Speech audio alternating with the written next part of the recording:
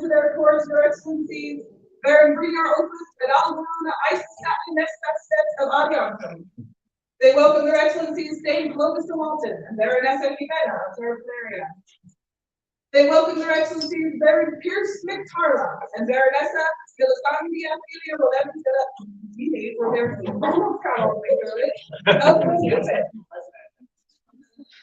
Thus opens the court with Prince Wayland and Princess Lindis, who have their Highnesses please to make themselves comfortable. Good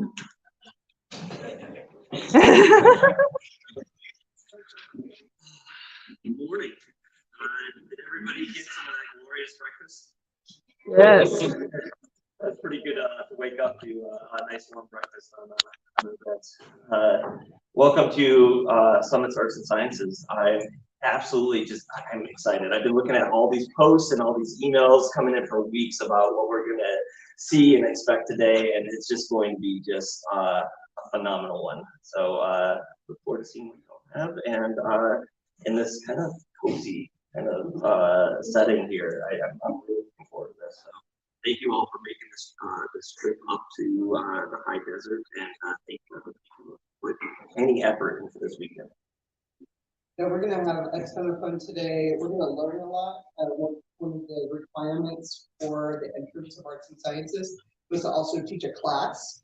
And so I encourage everyone, I know it's going to be a packed day, but I encourage you to try to at least sample a little bit of everything. So it is going to be a wonderful experience. And then of course, don't forget tomorrow, stick around for tomorrow because we're having the displays happen where the arts and science competition is right now.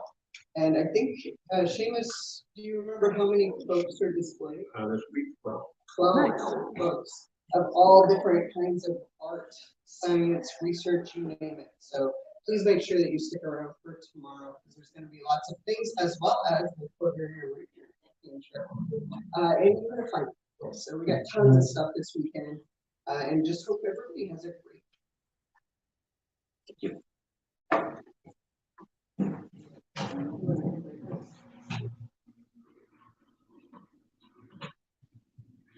Welcome to our destiners with Alpine Scholar as matters of the principality for their Alpine Highnesses.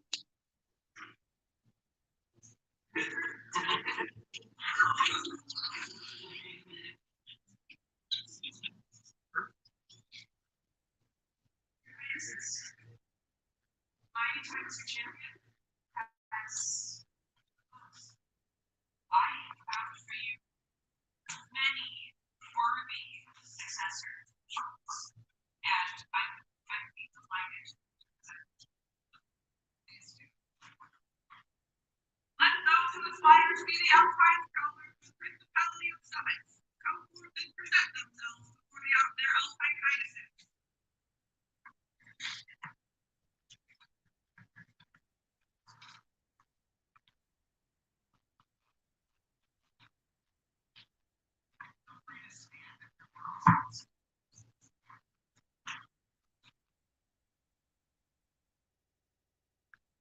Do all these individuals meet with your group? Thank you so much. And hours of food, yes. The Alpine Scholar has the duty to promote and encourage work and right of your principalities. Let none now put forth their hand shirk this duty.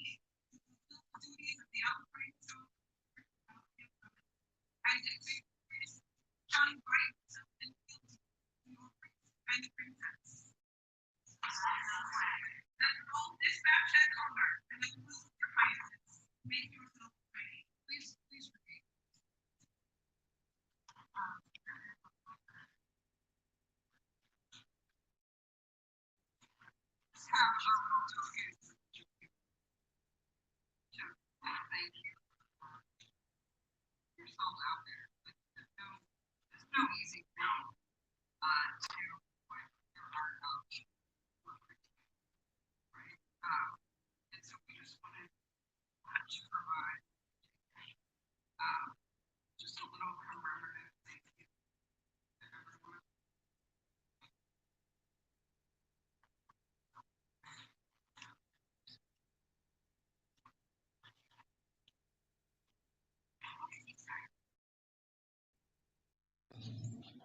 And I'd like you to have one as well, because you've done so much work. Thank you so much. And now you may make yourself ready.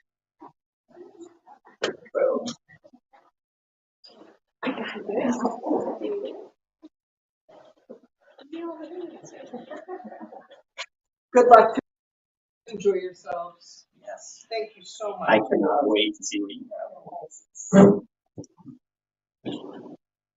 Would Emma Haldad of Adiato come before their Alpine Highness?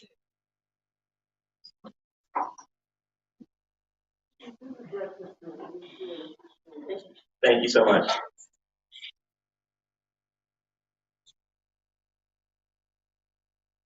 Margaret Inyan Domhnall, Lord of the Summit, has matters of the principality and of their office for their Alpine Highnesses.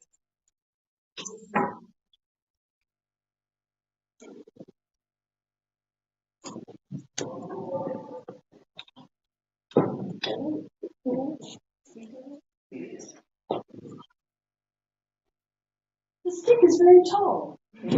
I have run it into many door frames. And it's that time for someone else to discover how tall the stick is and run it into many door frames. I understand there are people who would like to compete for this stick. Should we tell them? Please. Let all who would compete for the title of Lord of the Summit come now before their Highnesses.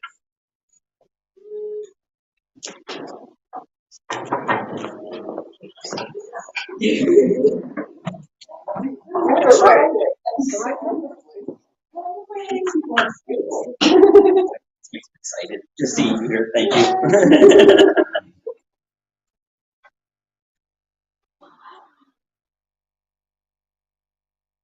So similarly, we would like to give you just little tokens of thanks for, again, putting yourselves out there, always entertaining. You were so on top of it. Oh, I'm past oriented. No, so much. I love for you as well. Thank you for organizing the competition and being such a wonderful part. We'll say more thanks later.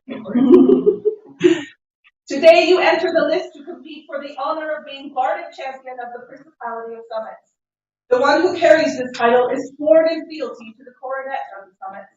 That their Highnesses marshal, that when their Highnesses marshal the performers, bards, jongleurs, minstrels, poets, and tale spinners of the Principality, there shall the champion be at the fore, reflecting the glory of the Principality's lore and skill.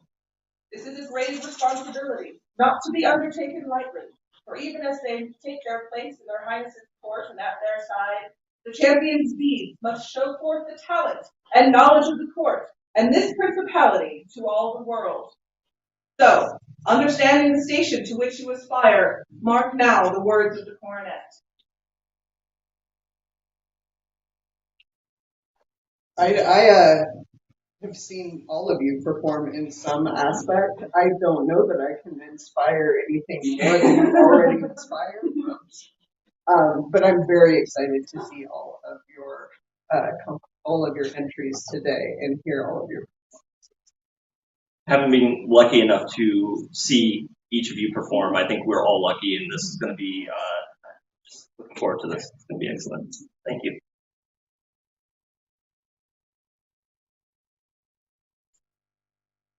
Do each of you now swear that should you be victorious, you will fulfill the obligations of Bardic Champion of the Principality of Summit, and that you will abide by the laws of the Kingdom of Ontir and the Principality of Summit, and that you will bear yourself now and in the future with the honor and loyalty, virtue and skill which must mark the Bardic Champion of Summits. I so swear. Then bear yourselves bravely in competition and strive with honor to the greater glory of the coronet and principality of Summits. Competitors, make ready. Judges, make ready. And have fun. Yes.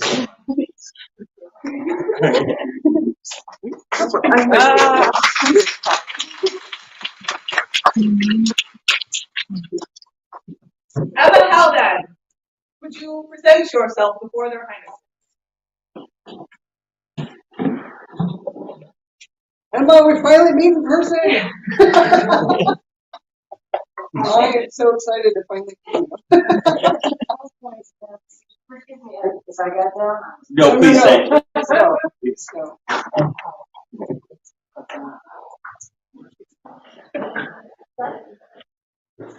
Know all the arms of our fair principality. The Grail is set among the signs of the 3 pillars that support the glory of our land. The griffin shows our fierce martial skill. The laurel wreath is the symbol of our artisan, and the mountain stands for enduring service. Emma, your service to our great principality shows the virtue of the hills, and we are greater for the efforts of your service. Therefore we, Wayland and Rudolph, and Lindis de Agus Grado, Griffin, Prince and Princess, grant unto you entrance into the order of the Grail of the Summits. Bear our sign with pride. We set our hand and seal this 18th day of February AS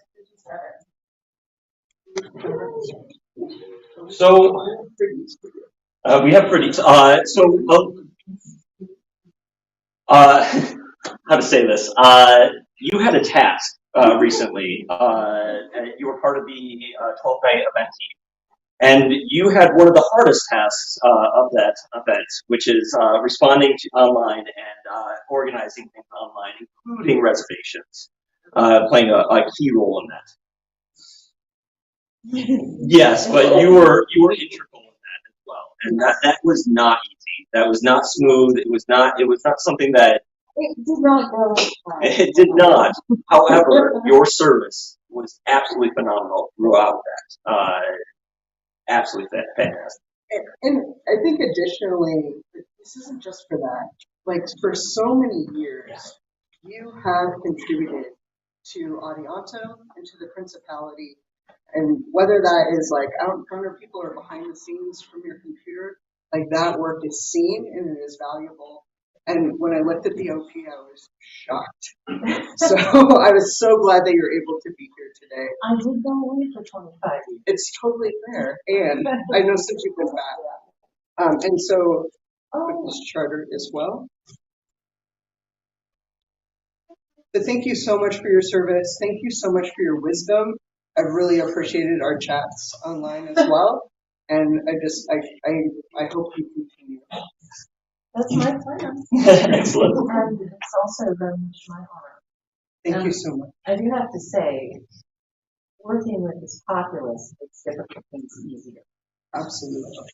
I think most people would agree with that. We have the best populace. It's actually kind of It is true. I'm very behind the scenes. Please. Absolutely. Thank 3 you so cheers much. for the newest recipient of the service Grail. Okay.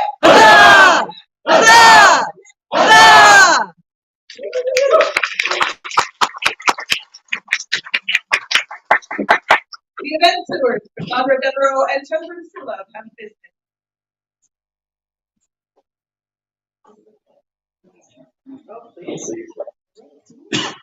Good morning. Thanks to everyone for coming over the mountains to this side. Maybe you'll realize it really is only as far this way as it is that way. And, if you haven't already, please sign into Gate. Just a few announcements here. The bathrooms that are going to be most easy to use during the day are just around the corner from here. There is another set outside the conference room, but we're going to have a class kind of in that lobby way. That's where most of the classes will be. So there's trees dividing the classroom from the entrance to the bathroom. So if you want to use those bathrooms and these ones are busy, or you just find yourself over there, just access them quietly, please, because there'll be classes going on. We'll have lunch from 12 to 2-ish, sponsored by Timberhaven. Thank you very much. Here's six kinds of soup. Okay. The Bardic competition will be in here. And let's see, we're running a little low-key fundraiser. There's a bunch of stuff on the back wall here. If you see something you like, just stick a donation in the can and take it on home with you. And that's all I have right now.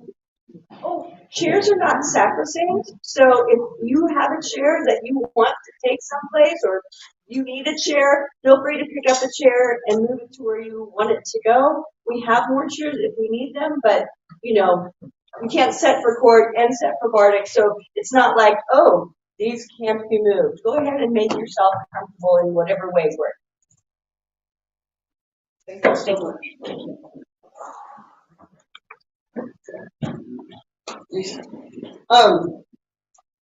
I've been struck lately with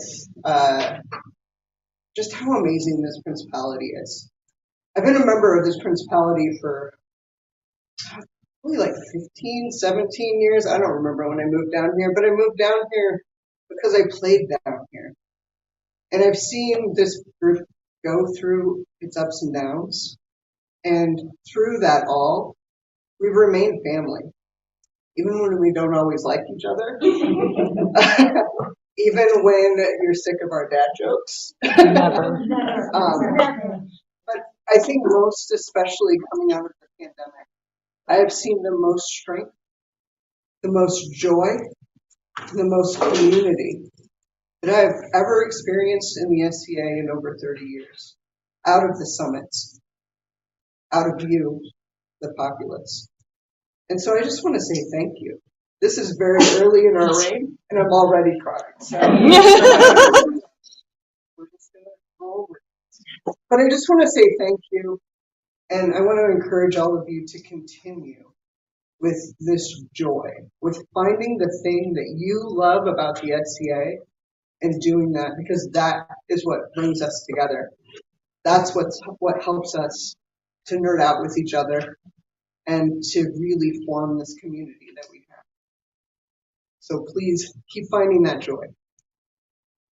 You're kicking back at me. That's what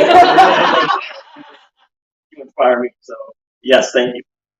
Thank you all. Thank you.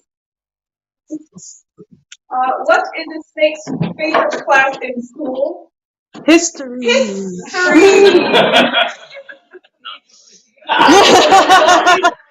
Never be sorry. Their Highness is suspended their court until this evening. You have their Highness' permission to depart. Let the competition begin.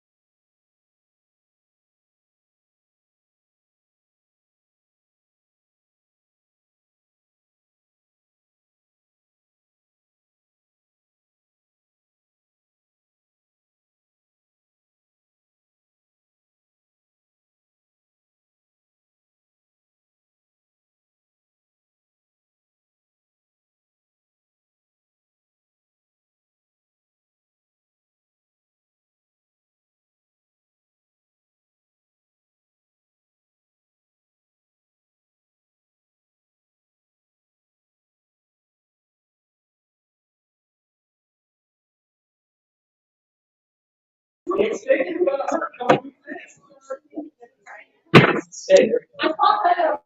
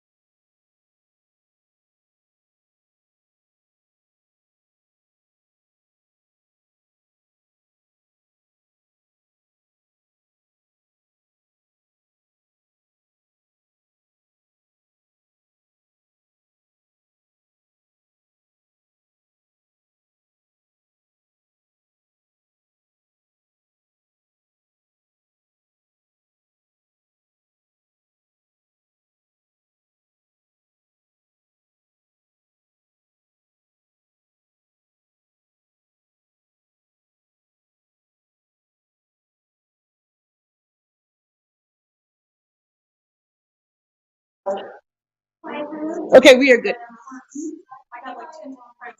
Thank you everyone for coming to the first round of the Bardic Championship here. We are beginning the historical round, so go ahead and make yourselves comfortable.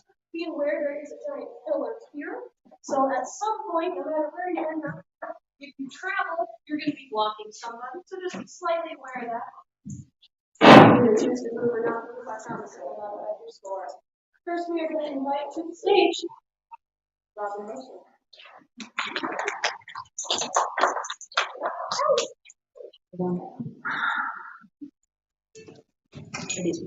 Yes. Here's my documentation. Thank you so much. Yes. Oh. Oh, it's getting frozen. Good.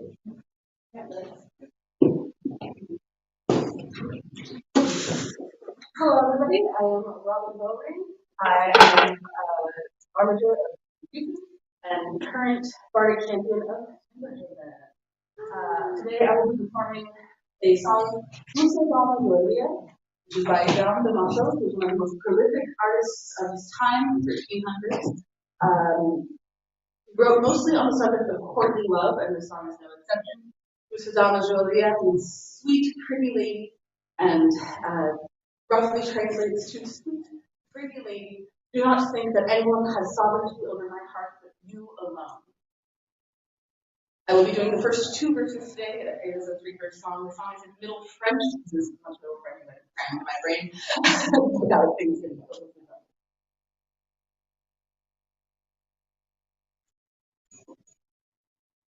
Ce dame jolie, pour que ne pas mia, que mille signori sur me porta seulement.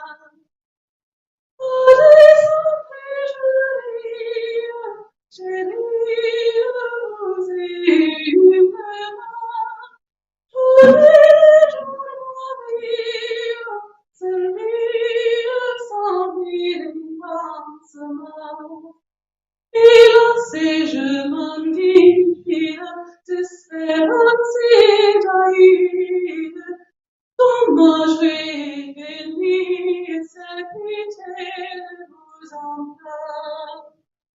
Vous dame jolie, pour que ne pas aimer, que mille signories sur mes formes seulement. Et vous l'esprit, mon cœur si durement, et j'ai compris, en amour tellement. Il ne dit rien en ville, pour te sauver, comment je vais bénir cette vous enfants. Vous dame jolie, pour que ne pas aimer, venir les signories sur les portes seulement.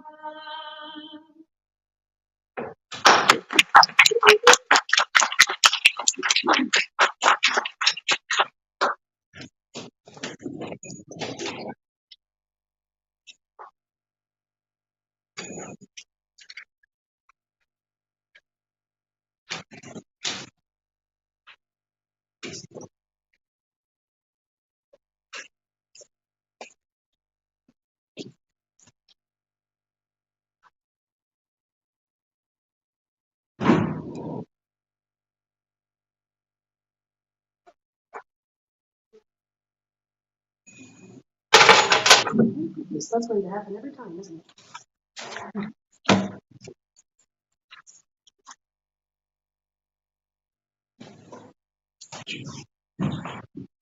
I apologize for mispronouncing your name. That's what I get for referring to. So this time, I apologize in advance.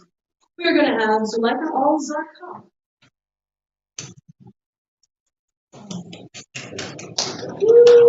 Yes, please.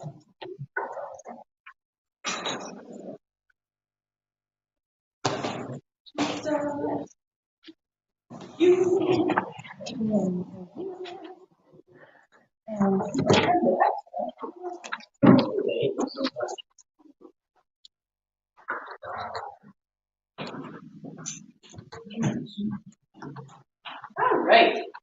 My name is Zuleika Azarka. I am currently the Bardic Champion of Shire of Corvaria.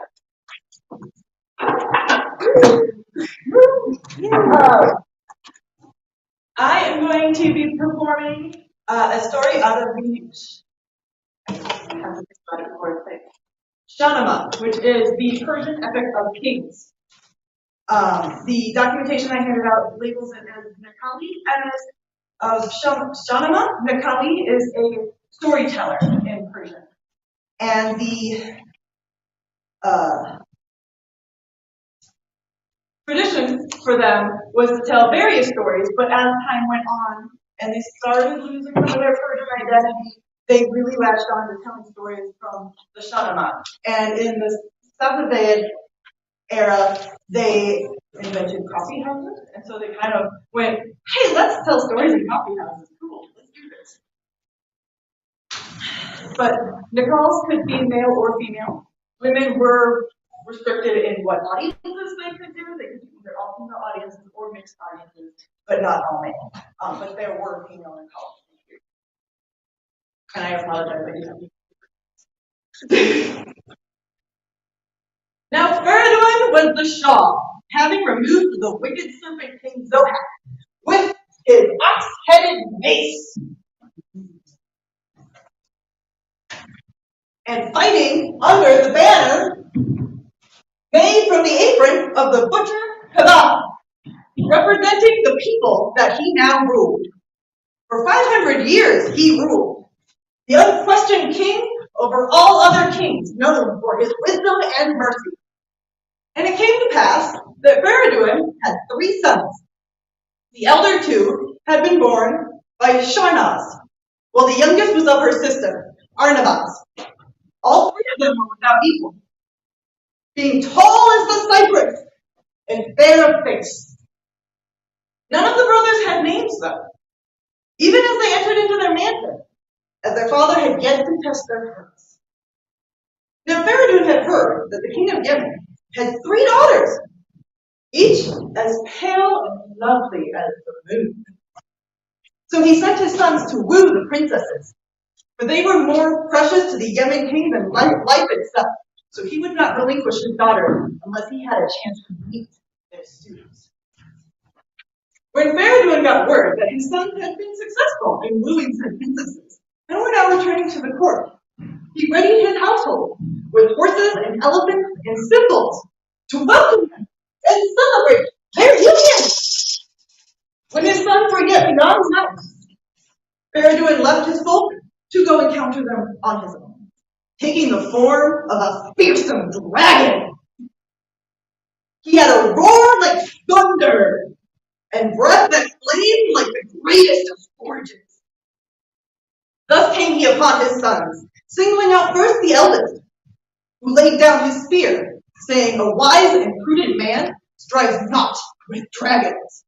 With that he left the scene, allowing the dragon Faradun to spring forth upon his second son. This son was indeed a son of heroes. When the dragon turned towards him, he raised his bow and sighted down the shaft of his arrow, saying that if I must fight, what matter if it be ferocious lions or valiant knights? It's all the same. But even as he stretched his bow, the youngest son came upon them and said thus to the dragon, "Thou reptile, flee from our presence, and strut not in the path of lions. For if thou hast heard the name of Faradun, beware how thou doest thus. For we are his sons, armed with spears and ready to fight. Quit therefore, I counsel thee, thine evil path, lest I plant upon thy head the crown of enmity." Content with this trial, the dragon Faradun vanished from sight, allowing the young men to collect their households and continue their journey. Returning to his native form, Faradun rejoined his own household and met his sons in celebration. Once they had returned to his sports, Feridun called his sons to his presence, and he revealed to them that he had been the dragon they encountered on their journey, thus to give trial to their hearts. And thus he said, "Now I shall give you your names, such as are fitting upon men. The firstborn shall be called Saul, for he sought to save himself from the clutches of the dragon. Nor did he hesitate in the hour of flight. A man who flees neither before an elephant nor a lion, rather foolhardy than brave. And the second, who from the beginning showed his courage, which was ardent as a flame, I will call Tur, the courageous, whom even a mad elephant cannot daunt. But the youngest is a man prudent and brave, who knows both how to haste and how to tarry. He chose the midway between the flame and the ground, as it beseems a man of counsel. And he has proven himself brave, prudent, and bold. Iraj shall he be called, that the gate of power may be his goal. For first did he show gentleness, but his bravery sprang forth at the hour of danger. And there were great cheers and much celebration for the princess. And now Feridun had grown great in age, again ruling 500 years, kind of get tired of it after a while. And he gave great thought to the future of his lands and the ruling thereof. Thus did he call his sons before him once again, to declare his successor. To Saul, the eldest, he gave rule over the lands of the west, being known as the lands of Rum and Kavir. The lands of the east, being known as Turan and Turkestan, went to Turk. Upon the brow of Iraj did Feridun place the crown of Iran and supremacy over the land, and giving him to hold the ox-headed mace and sitting under the banner of Kavak. Many years passed with peace and joy before vain pride wormed its way into the hearts of Salman Tur. Each was jealous of the choice Feridun had made in placing Iraj, youngest of his sons and mother by another, to rule over the throne. Thus did they commune together and compose a message to their father, stating their displeasure and asking them to change his decree or else risk war with them both. Feridun was distraught that two of his sons could fall into such evil thoughts as attacking their own kin. Too aged was he also that he could not himself lead his armies under the banner of Kavak, wielding his mace. Iraj still trusted his brother's hearts and requested leave of his father to go speak with them, wishing to entreat with them to abandon the ways of Ahriman and remember the fall of their ancestor Jamshid to foolish pride. Uneasily did Feridun give him leave to do so, wanting nothing more than to see his sons united once again. When Iraj came upon the place where his brother's armies were camped, such was his countenance that the soldiers whispered among themselves, saying, "Surely this one alone is worthy to bear the scepter." Such whispers fanned the flames of jealous anger, burning in the hearts of Salman Tur. That night they refused to welcome Taj and retired to their own tents to discuss what might be done. The next day they entered Iraj's camp, and before he could so much as welcome them, Tur demanded, "Why hast thou uplifted thyself above us? And is it meet that thy elders bow down before thee?"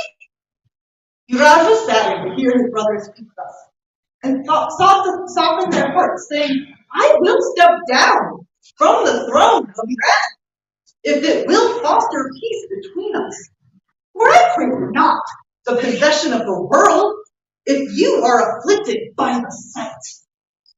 For I am humble of heart, and my faith bids me be kind." These words did nothing but enrage Tur, and he pulled from his boot a dagger and stabbed it into the chest of Iraj.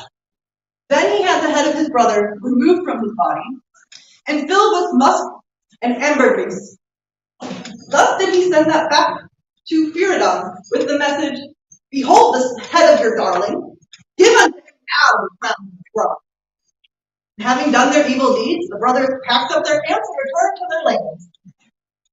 When Faradun received the head of Iraj and the message of Tur, he was distraught with grief. None could console him, and every day he spent praying for an heir to avenge his son. For it was not wise for him to cause the deaths of his own son, no matter the evil in their heart. And now Iran's widow, having been with child, brought forth a daughter, in whom the face of her father was seen again. And this brought some hope to Faradun. And when the time was right, he arranged for her to be wed to a man of the line of Jamshid. In her own turn, the daughter of Iraj bore a son.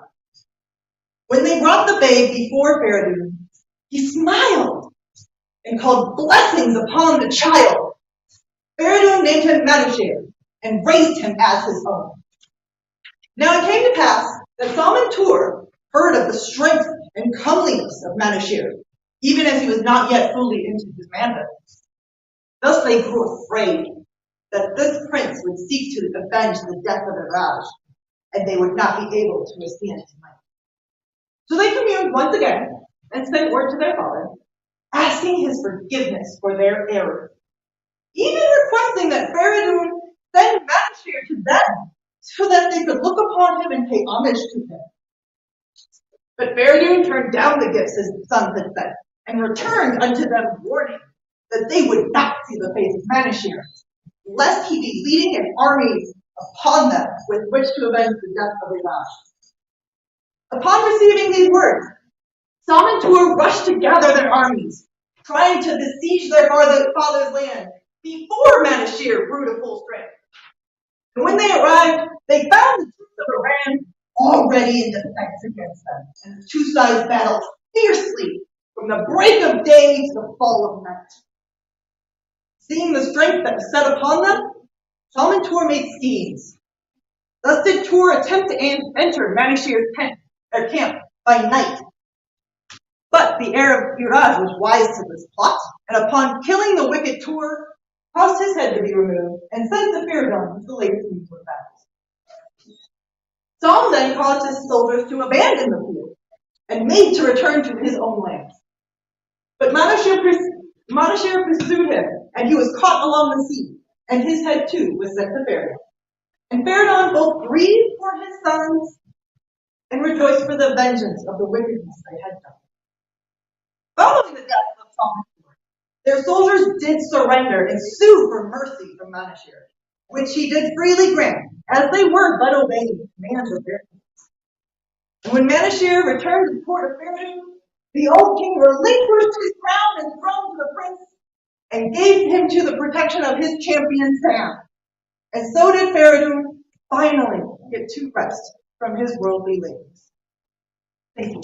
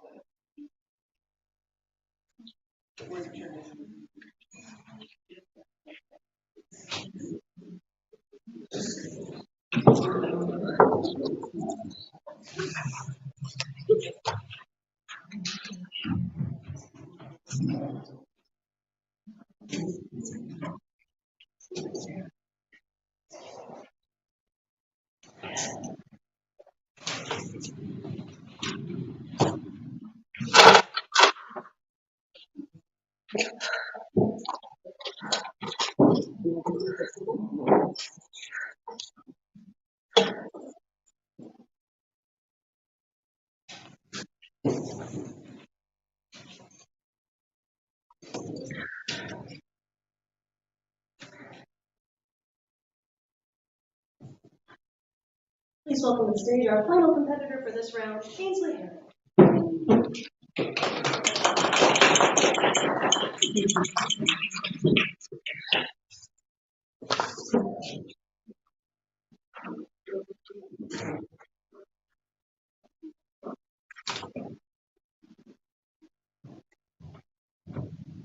Hello, I am Lady Ainsley from Jason. Today I will be performing a duo Daisy of Delight, which is a Scottish late 16th century song written for the court of King James VI by Andrew Blackwell with lyrics by Alexander. The song is a farewell between lovers, but unlike many songs of farewell, it is not solemn. Instead, the lovers are joyful as they look forward to the time.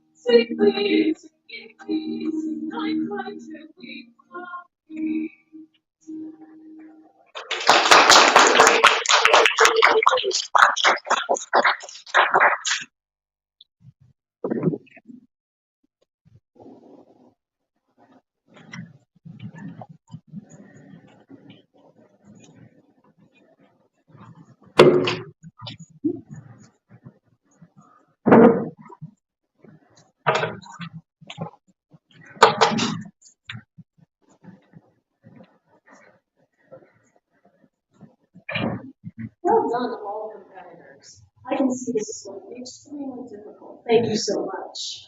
So, as promised, I have withheld the words from you until this very moment. An hour from now, which my non-security device says will be about 10:10 back in this room, I expect to use some composition on the following words.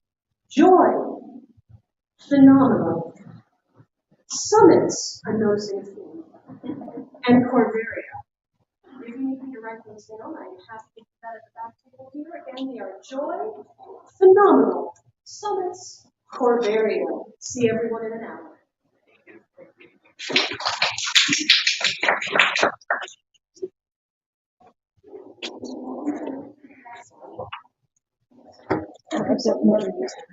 That's what I thought you would say. I thought that one. I heard it.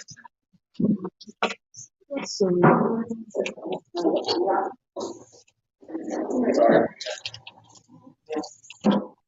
Where they started the area college.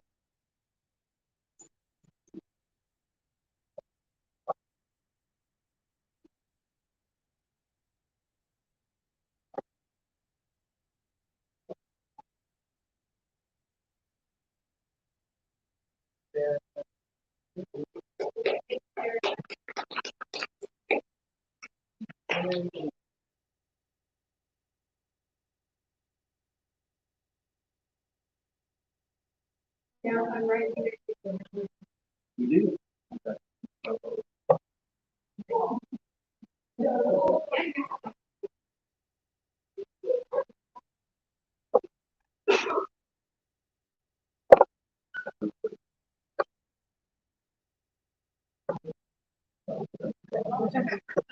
If nothing else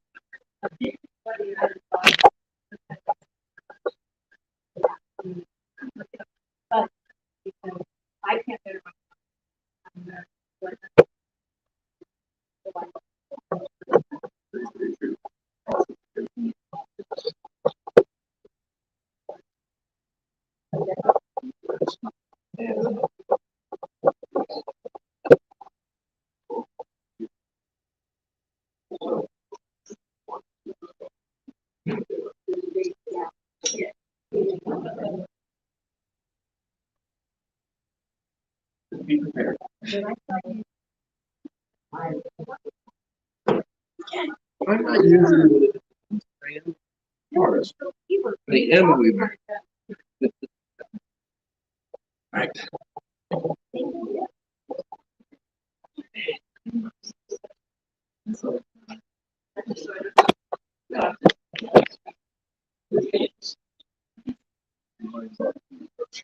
Is it?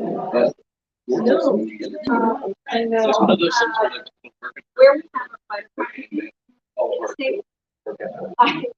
I went in to fighter practice and I walked up to her and I said, "Hey Megan, I need tail." And she looked at me like, "I'm awesome."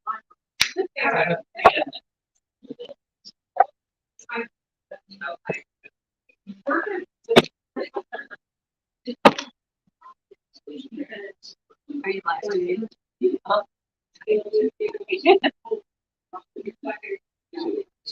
Reading my notes.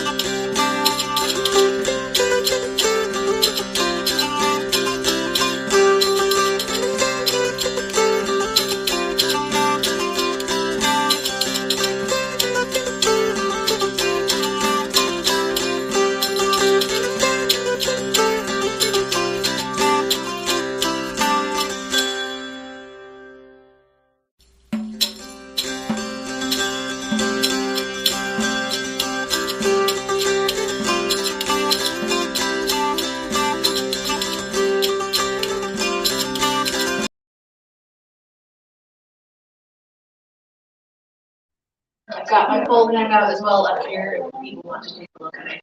However, that has all of my resources that I primarily use. And it also has a link down at the bottom to this handout. So it's a messy Google Doc link. Also, if folks want, I've got a page up here for people if they want to just send me their email.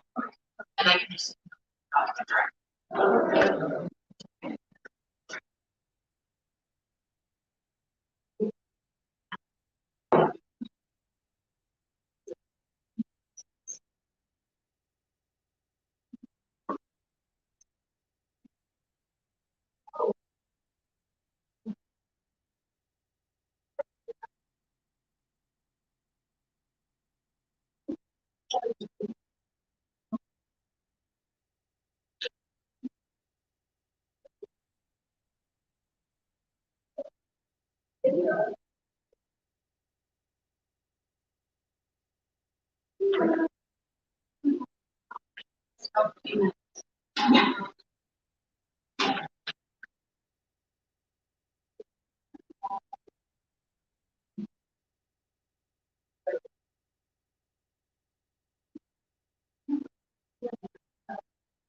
So I will have no idea how much time it's going to do this. It's going to be fun. We'll see how the timing works out for this. Yeah, I know it's Yeah, he's going to be popping in at 45 minutes. I need to wrap it up.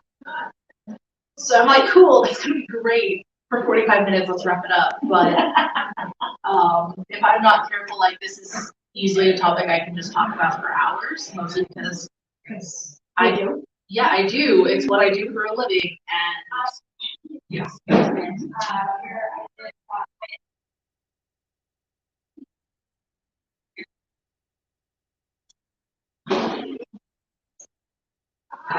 Oh, thank you. Thank you.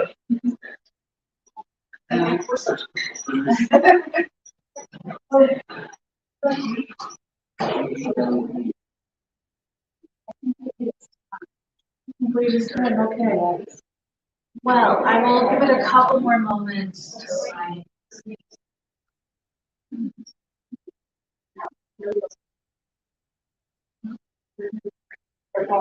Yeah. I know there's a bunch of people who said they were really interested in this class, but also it was a very hard schedule, so there's a lot going on.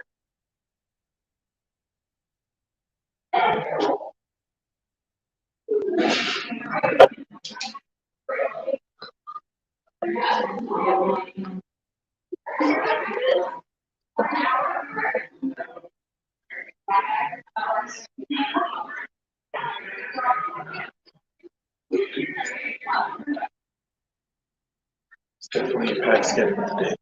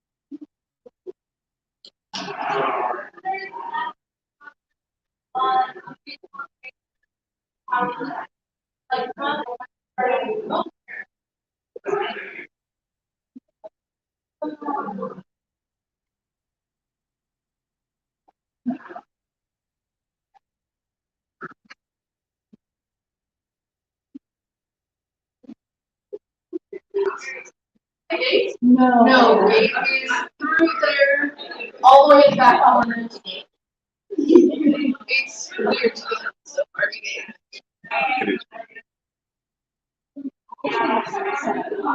Yeah, they did. Here last night, but they did that classroom out here. Yeah. So it's interesting because I thought classes were going to be taught in that restaurant area. Oh, and so I'm like, okay, but they decided to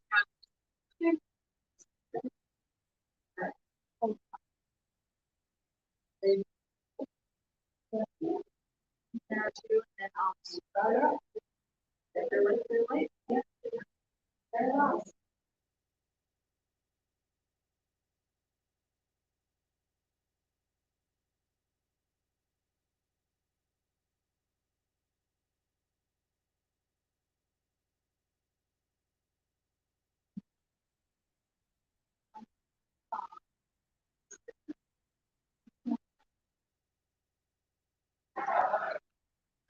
Yeah, that's just, I know the fact that some in my time. So assuming I keep with my timing. Oh, good. All right. All right, so I'll begin. Hello, my name is Lauren. So I work a lot with textiles in SCA life, and I also do myself on my life. I'm a collections manager.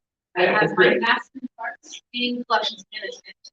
So I decided as I was learning about management, how to take care of museum objects so they last generations and hopefully theoretically forever. I realized that a lot of these techniques are techniques that the skating populace can also use. I don't know how many times I've heard, oh no, moths got into my wool, whatever am I gonna do? Or, oh man, how come my cornet keeps tarnishing? Like, this is just so wild, I don't get it. I don't know how many times I've heard that skating, and luckily now with my expertise, I know some ways to help mitigate all those issues. So a couple of disclaimers before we start. This is pretty much just modern science. While people in the area probably have their own needs for natural pesticides and that sort of thing, I haven't done the research quite yet to figure out how they would help their objects stick around longer. And I know there's a few things that just they wouldn't have to worry about, such as silver and copper. They react pretty strongly with sulfur, which is only really air pollutant. Now that the industrialized age is below and we have a lot of cars that still pretty much spew out sulfurous gas, and that's what sulfur is. So that means silver nowadays functions much more quickly than it otherwise would. So there's a few things that are just our issues now. Climate change. Other issues are probably long term, like cedar helps take away pests, so that's probably why we'll probably not have to well doing more research more period later on. Yeah, so what this class is about specifically is preventive conservation. So there are sort of two types of conservation in the world. You have conservation that has active objects already been deteriorated, has already started to break down and fall apart. You also have preventive conservation. There's a much more specific idea as to taking steps before an object is which you need to like stitch a hole back into place or something. So being able to take steps before an object starts to deteriorate means that the object will deteriorate as much.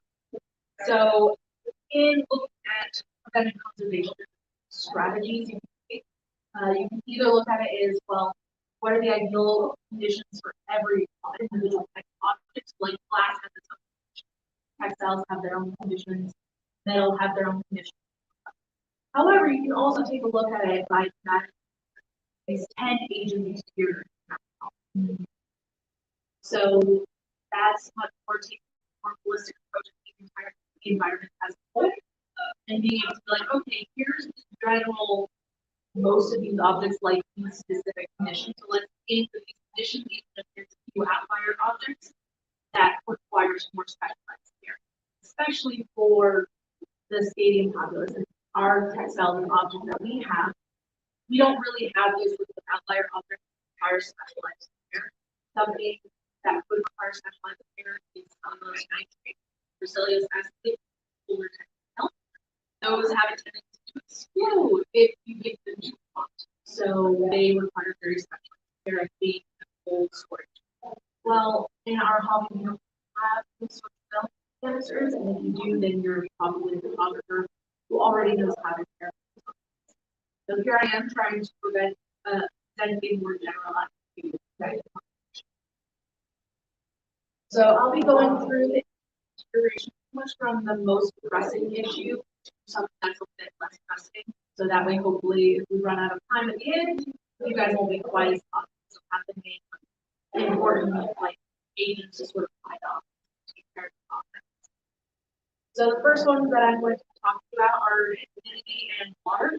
So technically they're two separate agents, but they have a very close role because humidity here is just water suspended.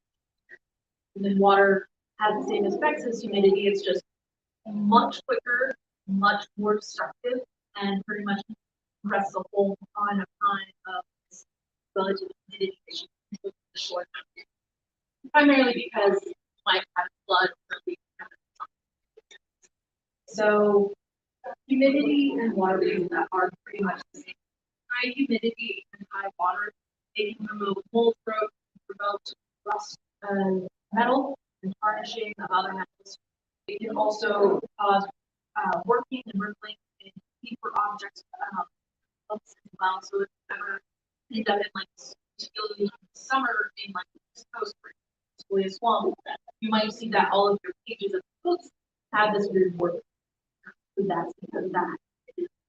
And even though larger books and objects they be a bit less affected by that individual sheet of paper, still there comes a point in which it will still be affected. Then also you can get foot swelling and working as well. Pretty much what is much the same as paper, it's just a larger, more packed version of it. So it just takes a bit longer for it to be affected by paper. Also, dyes start to bleed. Dyes start to bleed, especially if you have objects that are like water-based dyes, so go off and watercolor. Those really have. Also, glass can get sick. So it's a very particular phenomenon when you have like 40 parts of glass, you have like facilities, you have flux, and then you have five everything together, and then you might have some diagram, everything else. If your environment is particularly humid or particularly those fluxes and the vibration sort of out of the glass, and so it doesn't surface. So there's a sort of crackling appearance called drizzling, or it can feel like it can set, so it feels a bit so outline agent fibers that end up getting pulled out of it. It tends to only happen with certain glass, usually around late 19th century or 20th century. They were playing around with a lot of formulas at that point because, like, they're like, hey, we're so much better than people were back then. We're going to redo all of the recipes that time has. Well, because of that, there's like lead crystal that has a lot of issues. There's other kinds of glass that also have issues. So a lot of them start to deteriorate because there's only so much you can do. Once those materials from the binding start pulling out, it continues to attack the green part of the outlying environment, where it just very quickly starts to spiral out of control unless they're able to stop. So that's where actually, which is a very specialized field. I don't know about it. That's another 2 to 3 on top of my additional degrees, and it requires organic chemistry and I think like engineering person. But yeah, so our objects that we have that we most affected by humidity would be your scroll, your toilet, our electric metal objects, as well as occasionally wooden objects. Well, you might try to slip into your heart and be like, oh, it is now stuck together. It's never worked. Technically, we try to manage very low humidity environment to get to shrink back on itself, and that's where it happens. So it's just going to end up, you're just like, okay, you live like this now, I'm very sorry, but it's just a thing.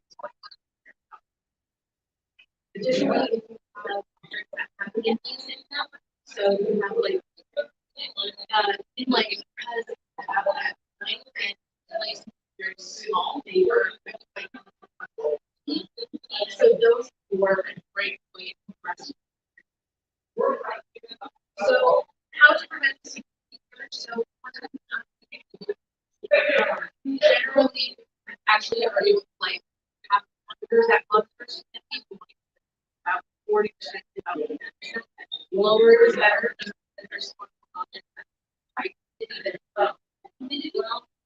so being but also in most places, if the surfaces are particularly tropical or swampy, you're naturally in that lower environment. If you have an issue, you bring fires, but they can be pretty drastic steps, and they can be pretty like they should be too much water out. And then you have an issue of, well, now all of your water is localized in this one space that might be that you're using it fire and create the water.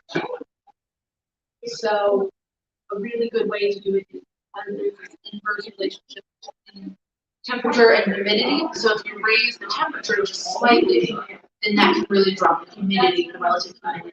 Since hotter air holds a lot more water, so it drops the percentage of humidity.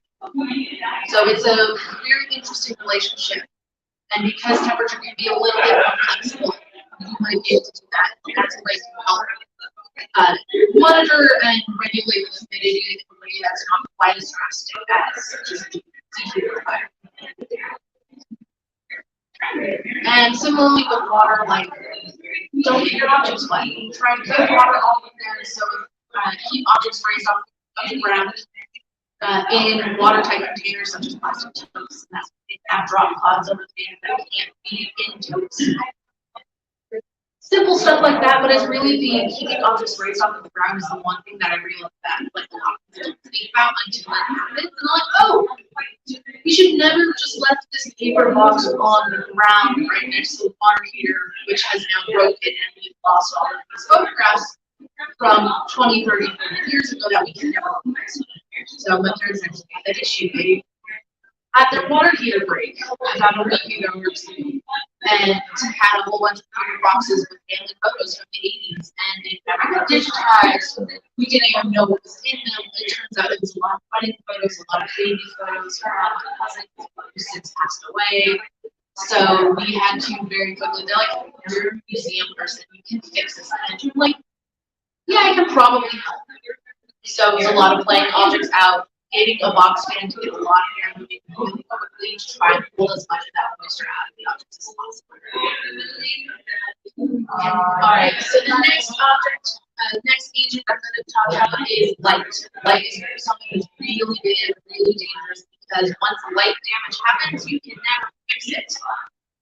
A lot of people think you can, but the only way to really fix it is to redial things, relit things, something like that, because it's a very interesting chemical reaction that happens.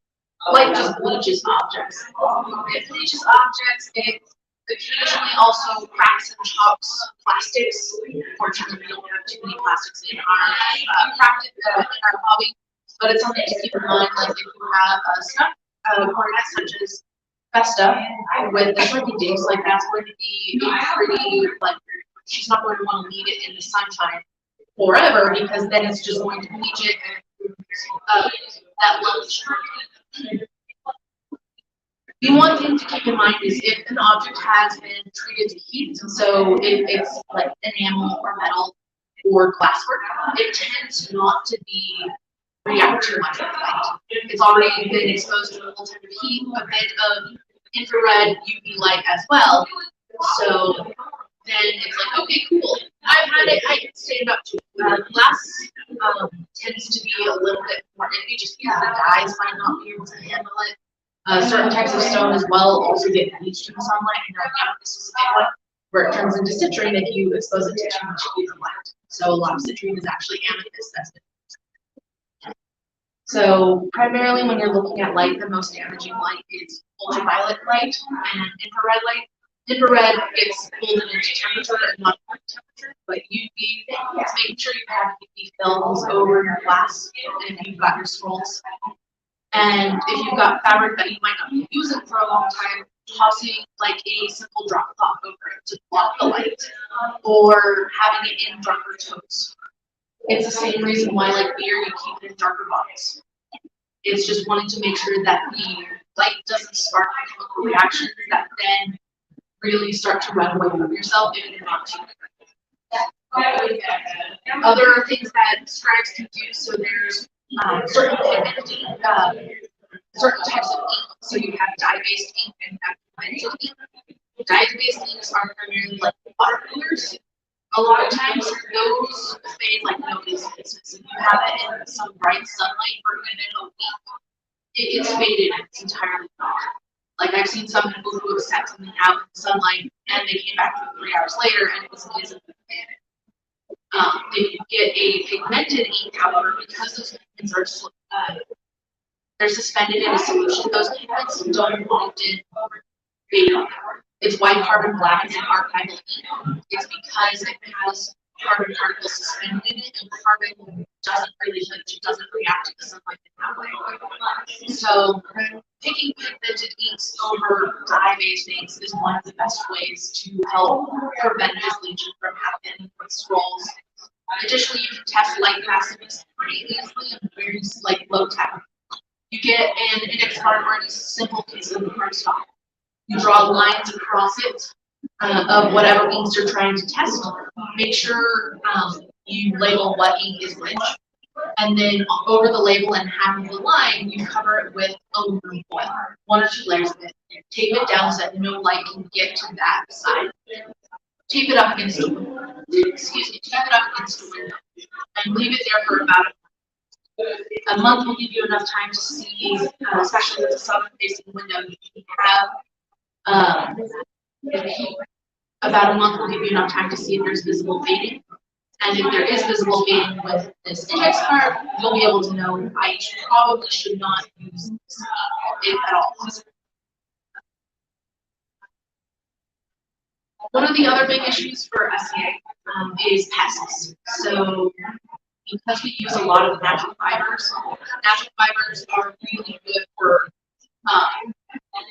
like food as well as shelter for a lot of pests. So pests can be anything from microorganisms such as fungus or mold. Mold is a type of fungus, so pretty much just fungus.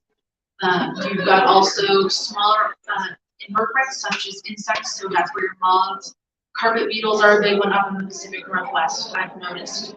There are these little tiny beetles that are smaller than your pinky fingernail, and so their larval form will love to eat textiles or form out of the textile. And then when they hatch, they then turn into small, highly mobile beetles that then can really get into small crevices. They never go away. I've been trying for years to get rid of them because my parents' house has a whole ton of carpet beetles in it. And so it's something I see little tiny pinprick holes in all of my clothes before too long. They sit there for more than like a week. So I'm just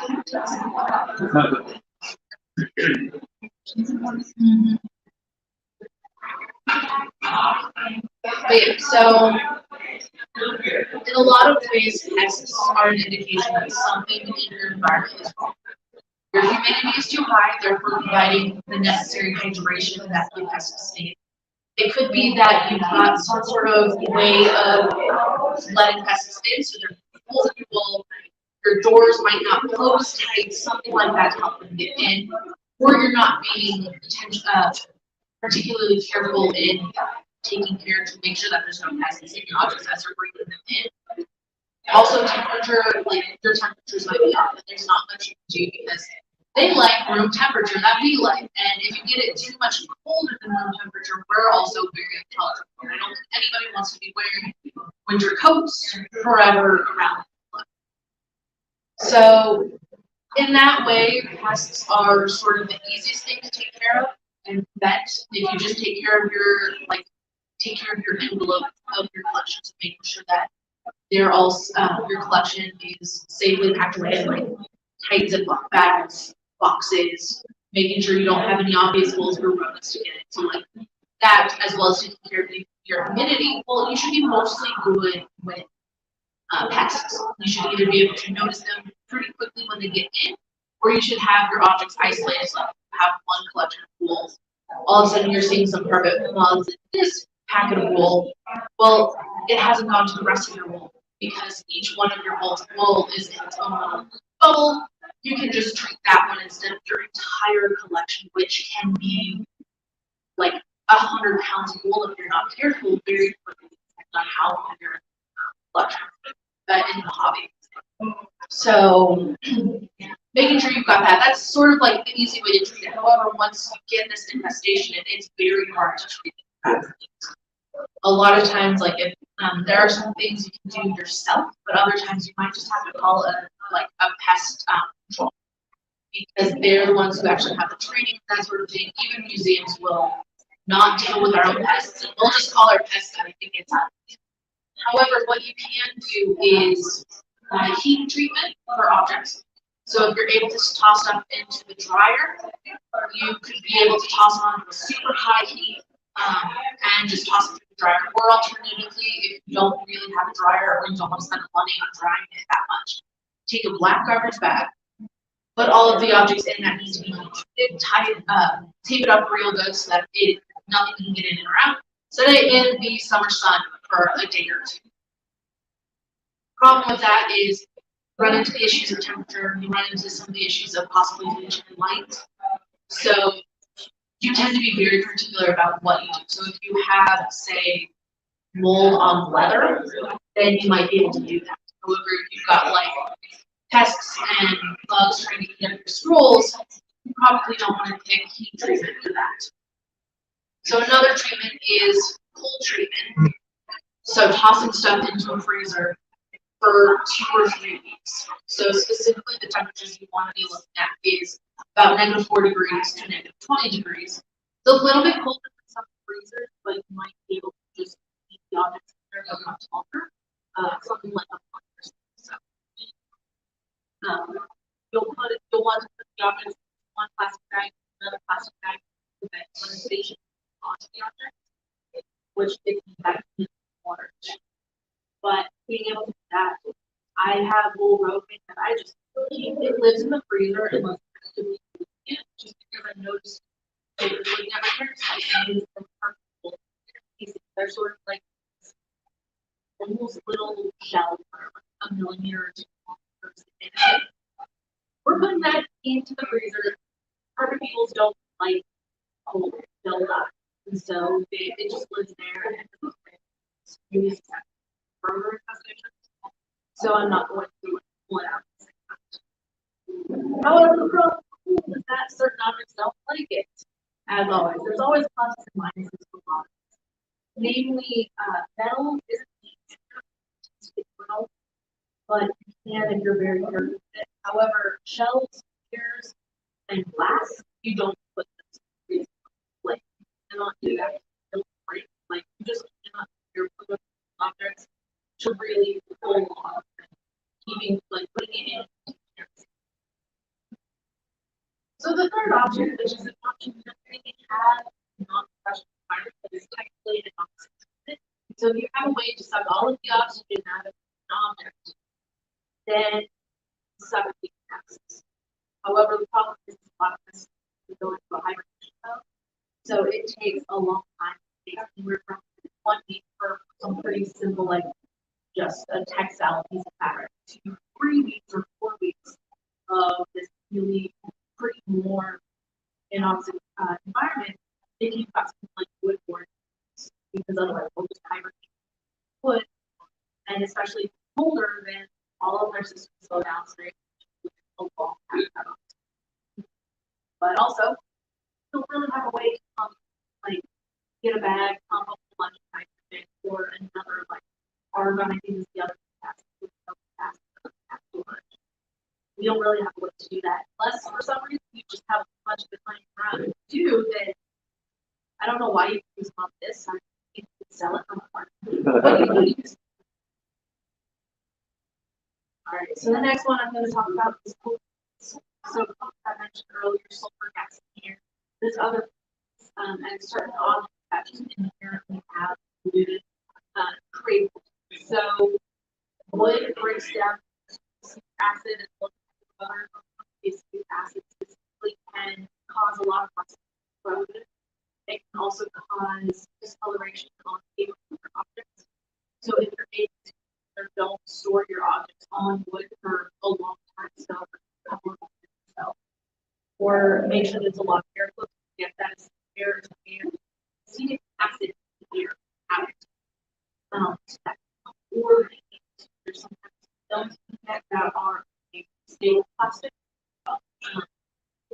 covering the wood with that way wood never touch the objects. And any of the interior gases escapes the gas engine. So yeah, so is that how stored?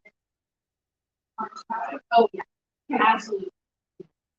Also, yeah, it's also they have box lined with wool. So wool breaks down into couple of types of, I believe, hydrogen sulfide, as well as other sulfurous compounds.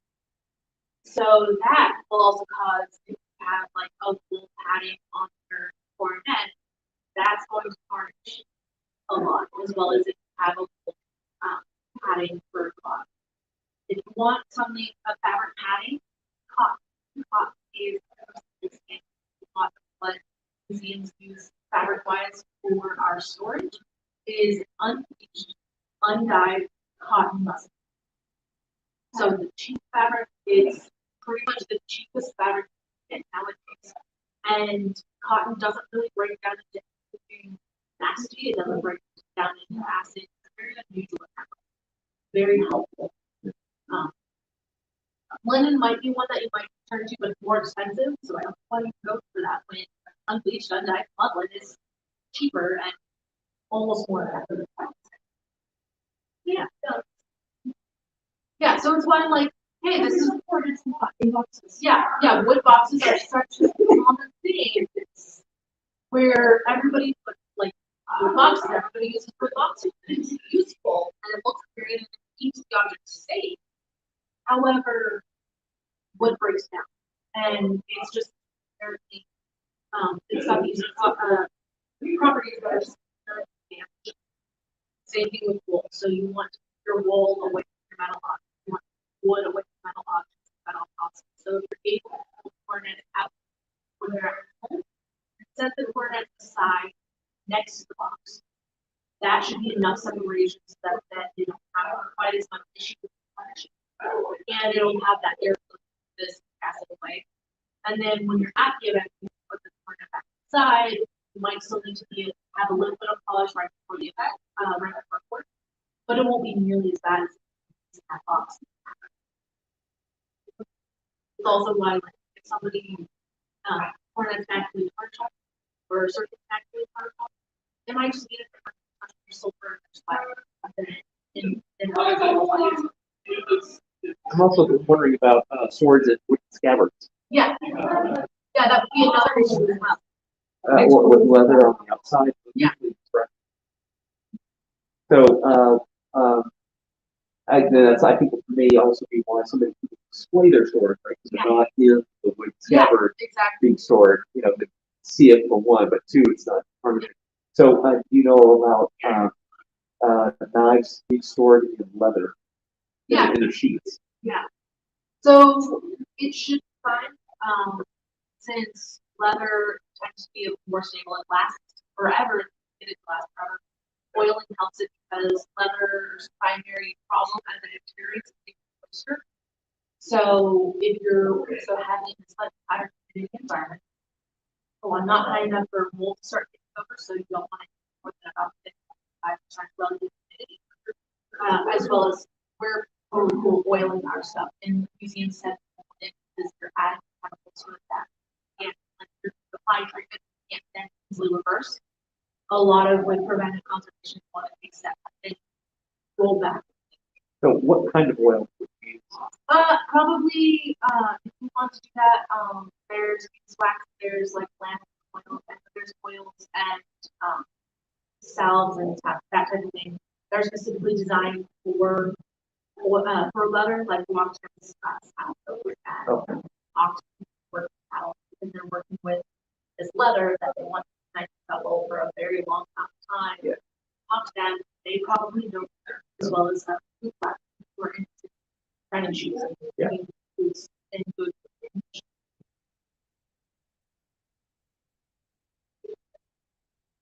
But yeah, so another thing with sword scabbards, you don't need to PVC. Oh. It's a plastic. It breaks down really quick. It breaks down into chloride gas as well as other things, and it's also fragile. So between all of those things, it's not a good. I see it a lot. I wince a little bit every single time. Like much better to like even if you have like any other type of plastic, probably would be better than PVC. And if you are able to have like a wood one or you're able to display it open, those would probably be cheaper. All right, so next, I've mentioned temperature before, so again, luckily, room temperature is good for pretty much most objects other than like earlier film. So temperature speeds up chemical reactions in objects. So treating like wood or wool to higher temperatures, they're going to start breaking down faster. Chemicals more quickly than you would let them in the next freezer. You want really ideal temperatures for pretty much any object is around 68 to 70 degrees. Luckily, that is room temperature, or just a little bit cooler, but for the most part, that's the temperature that's you might want it a little bit nippy, but for the most part, it's fine. So that's luckily great. However, flip side of temperatures, fires. Fires are very destructive. We know that very well in the Northwest. Same thing for your actual household, like your actual house safe for fires. Same thing applies. Making sure that everything is secure, making sure you have the fire suppression system, making sure there's not unnecessary clutter. You have flammable compounds, so I know there's certain like varnishes that are not careful on these plus especially or if you just don't have enough airflow, they'll build up the chemicals and start reacting with them. So making sure you have a good space, sure that you know what you have, so that then you know like what's most likely to start burning up. Also, if you have particularly important documents or retailers or something like that, having fireproof, fire retardant safe, making sure those live in it for the most part, because that way, in case of fire can't. So making sure that you have that on standby. But preaching to the choir, everybody knows that it's a sad part of life. Another thing is next agent of deterioration is physical forces. So this is a very broad category. It follows anything from rubbing, ripping, tearing, scuffing, just pressure even. So if you notice that you have something like a coronet sitting on a pillow for a long amount of time, that pillow will eventually just gain that ridge. Like you'll forever have that. So just keeping that in mind so that then like you don't necessarily store the coronet on the very shiny pillow that you want to display it on, but maybe you have like a cotton pillow with some either cotton batting or just some synthetic batting, cotton batting. And that way that's your pillow that can then be discarded as BB or restuffed, something like that. So it's also like if somebody drops it and it shatters. And so part of what we want to make sure is that you keep objects away from edges so that earthquakes of all kinds, including earth and person and pet oriented earthquakes, people can't just walk by and accidentally knock it off. If you're interested, there is such a thing called museum wax. It is mineral wax that, yeah, it's very useful because you get a small ball of it, you get a large pot of it, pull away a small dot of it, and you put it about 3 dots on the bottom of an object, stick it down somewhere, and it's not moving unless you pull it away yourself. So if you have like some very nice glasses, or if you have a delicate rail that you want to keep track of and you don't want it to fall off and bend, then you can use this museum wax. Set it down. It's going to be something that is probably more important, especially as we get closer to the quote-unquote big one earthquake. It might not help, but it's at least a step you can take in it. If you especially also got like pets or little kids that aren't paying attention, don't quite know to pay attention quite yet, having that around is another way to make your objects.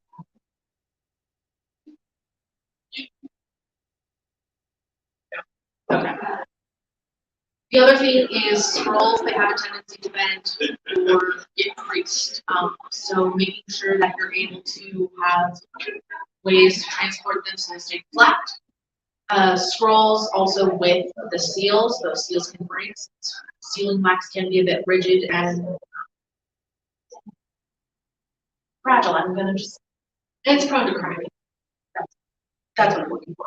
So making sure that scrolls don't press up against each other too much, don't have extra weight unnecessarily on your scrolls. Making sure that you have like a rigid piece of cardboard next to it. Also, with pollutants, making sure you have pH neutral materials. A lot of acids are the main pollutant that you have to worry about. So paper should be pH neutral, cardboard that you have should be pH neutral. A lot of scrapbooking supplies are this pH neutral sort of material.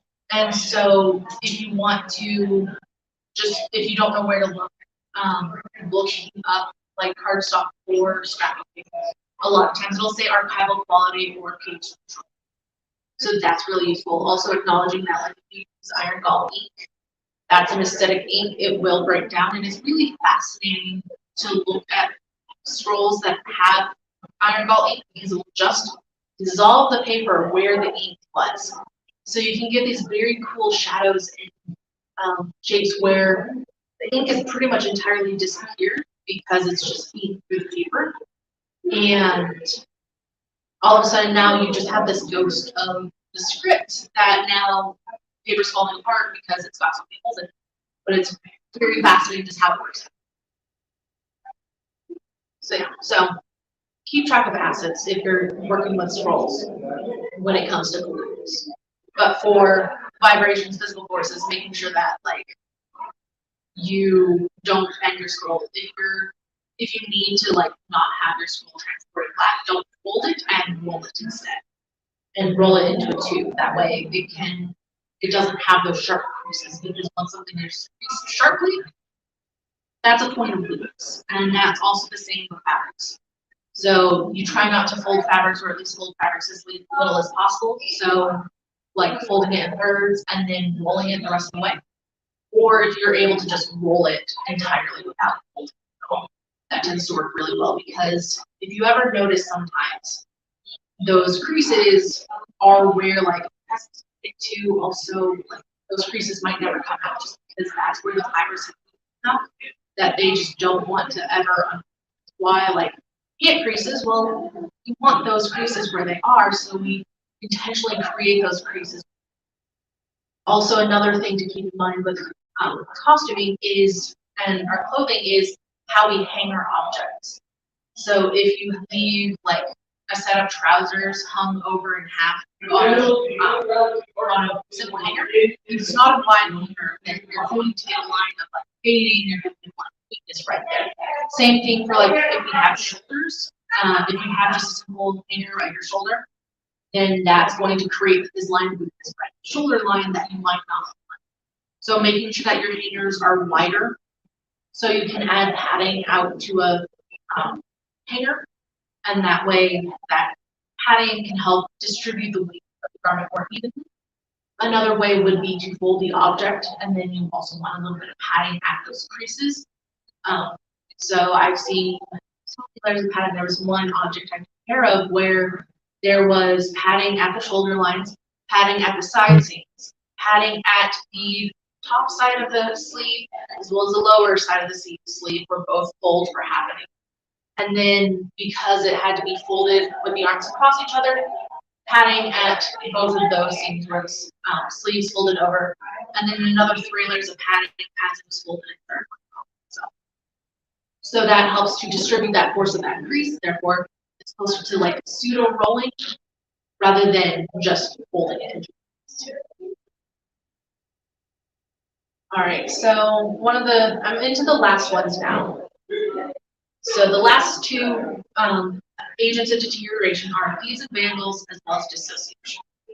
These are hopefully things an SCA person doesn't need to worry as much about. However, as we all know, and as there was just the news a few days ago, thieves are an omnipresent threat. Even if we don't think that somebody might take our stuff, somebody still will take our stuff, whether they think it's valuable or just for giggles, who knows. So unfortunately, the problem is that there's not too many ways to deter particularly like determined thieves. Some people say that locks are just good for keeping honest people honest. know if I quite believe that, but at the very least, making sure storage containers are locked, making sure that there's not windows into them so people know what's inside of it, making sure that you know what's inside of it, so, and you know what your space looks like if it's been disturbed. So taking photographs of your space as a whole, taking photographs of each individual object, making sure that you have a record of what it is, how long it's been around, that sort of thing. That way, if you need to recover it, you can. Or alternatively, if you need to get insurance involved, you know how much it costs. It's not fun to get insurance involved with it, but if need be, that's sometimes the only way to get even part of your cost back. Try to rebuild your collection. Additionally, how many times have we heard of regalia being missing? It's not an intentional theft, but treating it sort of like a theft helps. Just making sure you know who has it, where it's going, who's going to have it for how long, and that sort of thing, and making sure you have contact information for people who are going to take it. That's very important to making sure that you at least know who last had it and who might accidentally be responsible for it disappearing. And that way, either they can be held responsible or you can work with them to try. Similarly with this dissociation, the museum field is when an object gets separated from its research and history. So the reason why museum objects have their numbers, so you might hear of 2017.02.004, that's the object number for an object. That way the museum knows what this object is. Oh, there we go. We're live now. Thank you so much. Welcome to the second round of our Summits Championship. For those of you who are not the first time, that is our competition. And you will be given 4 words to improvise a something. Those words were joy, phenomenal, summits, and Corvaria. At this time, I'd like to welcome our first performer, Zilla.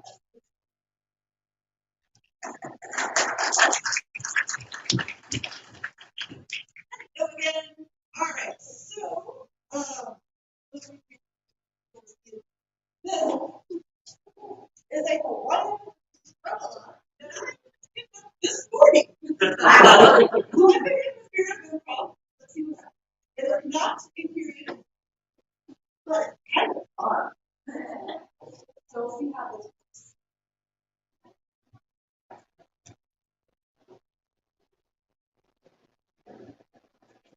And I'm using a token coin as my pick. That is great. Come and gather and hear my tale. The scene is a gathering, much like this one, and the players are people of the land, much like those you see around you.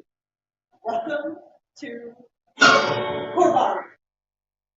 Open yourself to the immense joy native to this land. And so well shared by our peoples. Celebrate their gracious welcome and bring care of their guests. Corvaria, we see you, and we are so happy to be able to experience your home. But this is not just the land of this beautiful shire,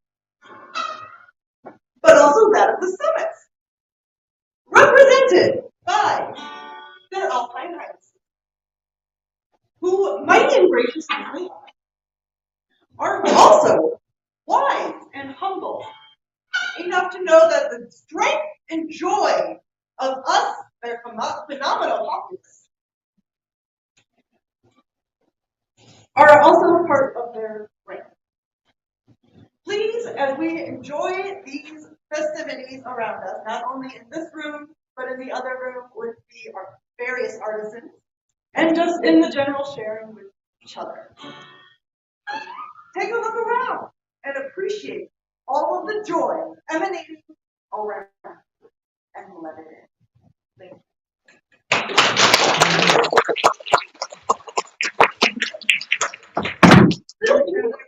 you.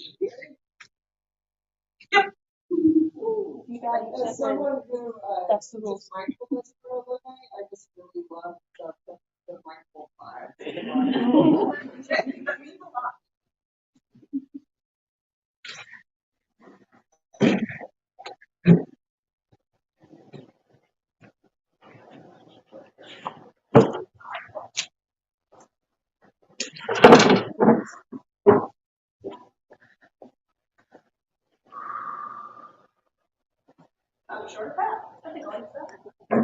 It is also worth pointing out that our contestants only had an hour to figure out what they were going to do with these words. Our next contestant is Ainsley.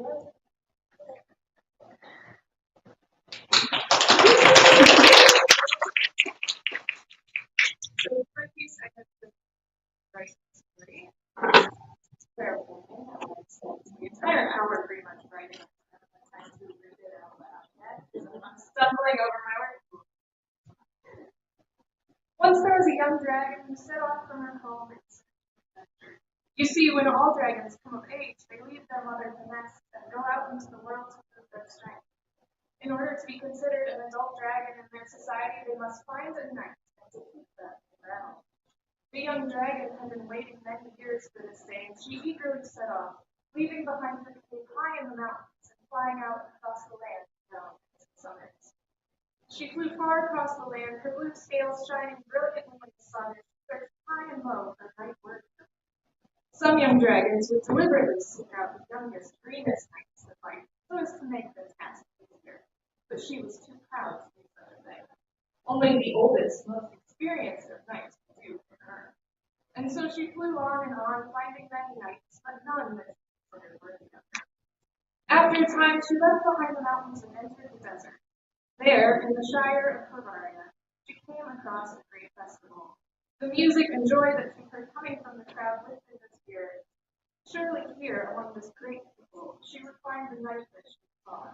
And so she flew down, landing directly in the center of the festival, to the alarm of all in attendance. Upon landing, she roared out her challenge. "Send out your bravest knight to prove himself, to fight battle for a fight to the death," she called out, her gaze sweeping across the crowd.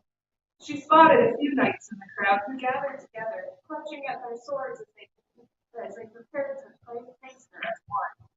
She scoffed at them. "Is none of you brave enough to face me alone?" she asked. "I will," her voice cut through the crowd. Every face turned to look as a young woman in a white belt approached, her armor dented and dirty.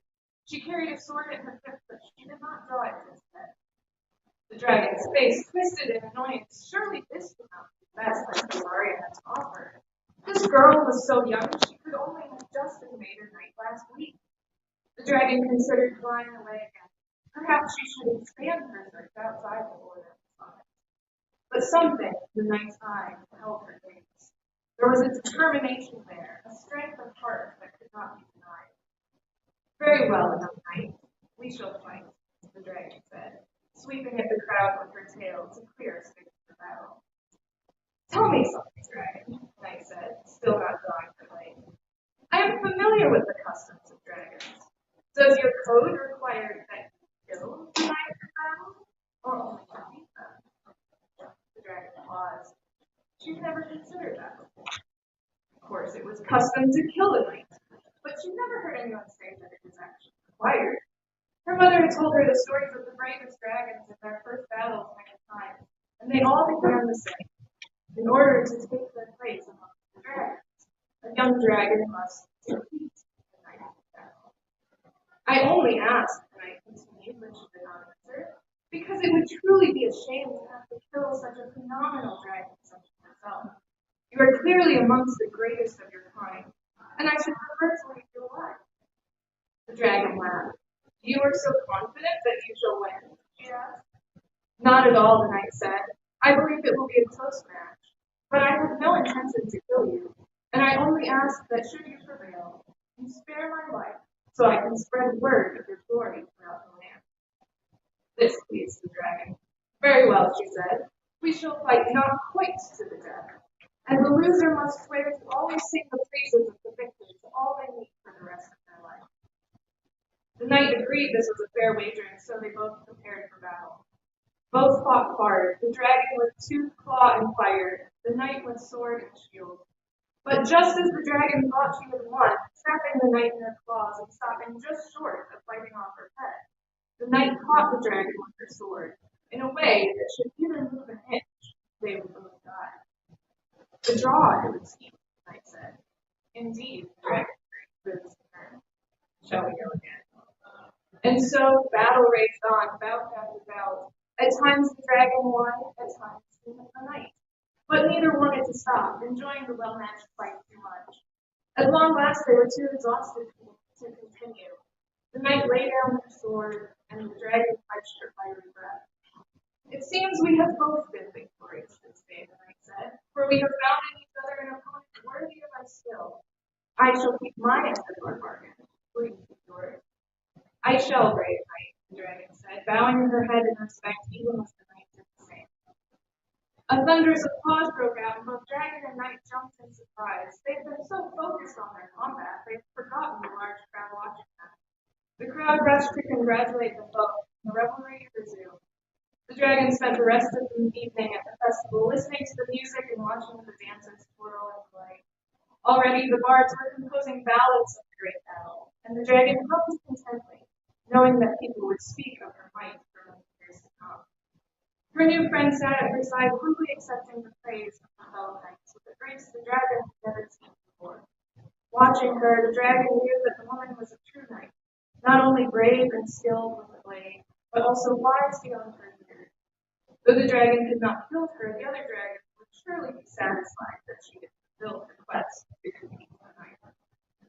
The party lasted through the night, and in the morning the dragon said farewell to the knight, gently touching the nose to the woman's brow. You shall always be welcome among my people, the dragon said, and should you ever wish to spar again, you need only call for me, and I shall be there. And with that, the dragon took off, returning to her home in the mountains, bringing with her a story as great as those her mother had told her when she was young, a tale that would be told for many generations to come.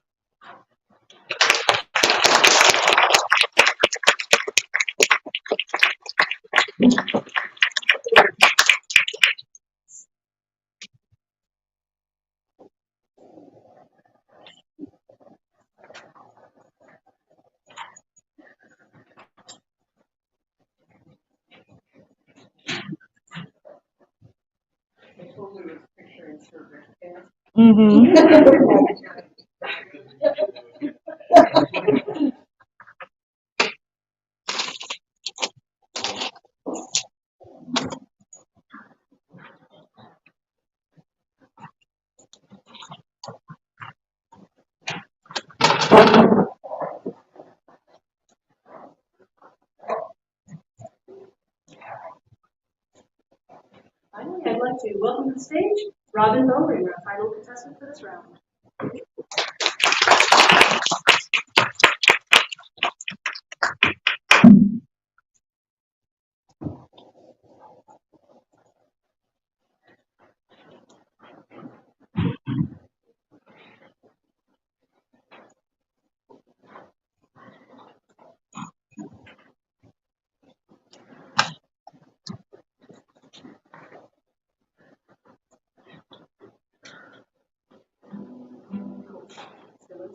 Yay! Fun track. I've never written a song before, so this is very exciting. The summit is a beautiful land, shining waters deep. Phenomenal mountains are so high, you feel that I could be. In these mountains is a home, rustling feathers white, wraps its wings around me and makes me feel alright. Corvaria is a beautiful land, desert high and plain. Here my heart can find its joy, release me from all my pain.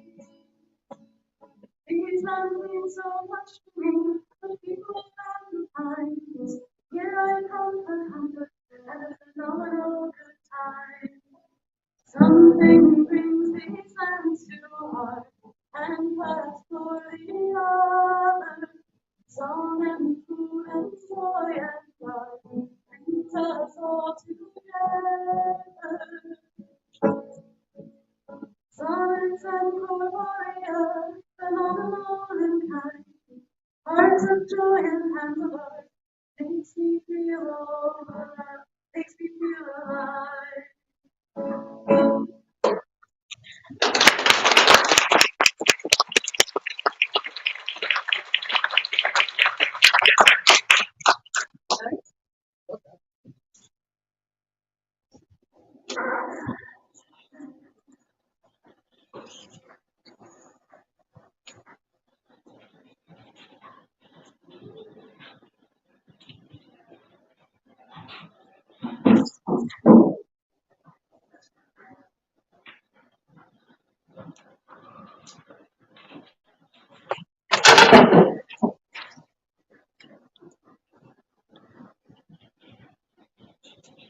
Thank you all for attending our second round of the Summits Bardic Competition.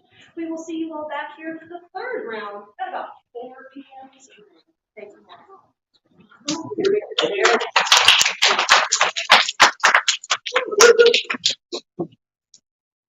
All three of those were taken.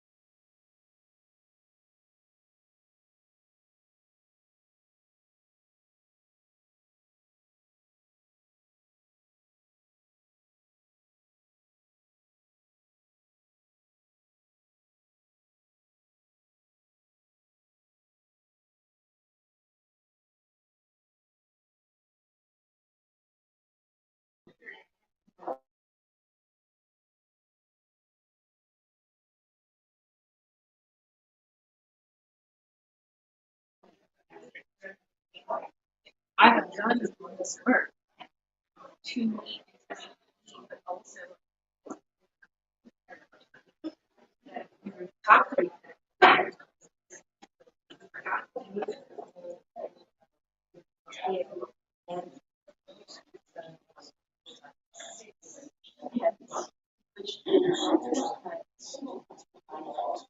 I want to know what. So.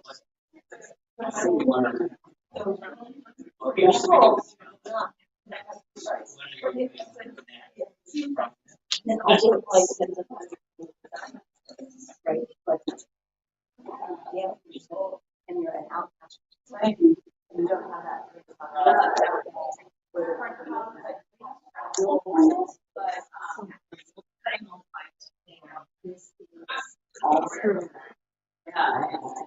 This what the difference is so straight.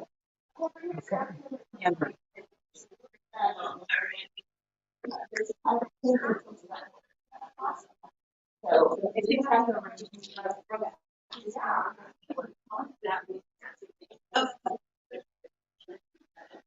thank you so much for running the live stream.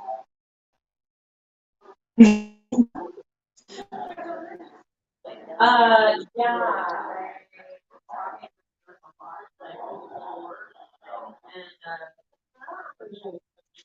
Hello.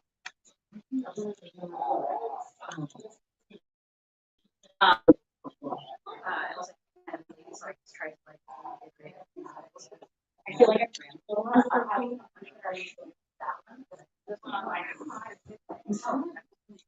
didn't hear the whole thing. that's water.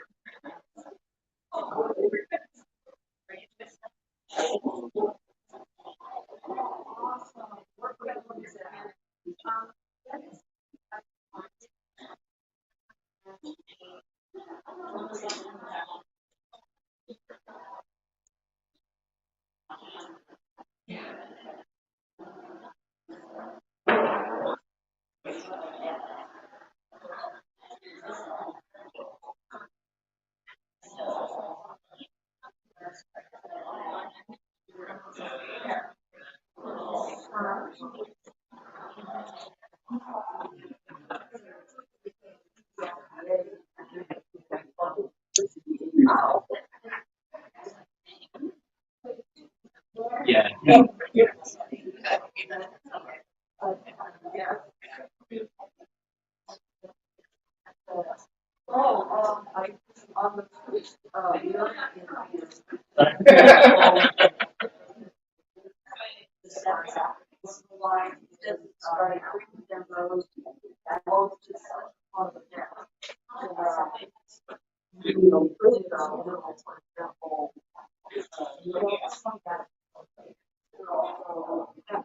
I don't know. Also, maybe I don't know. Has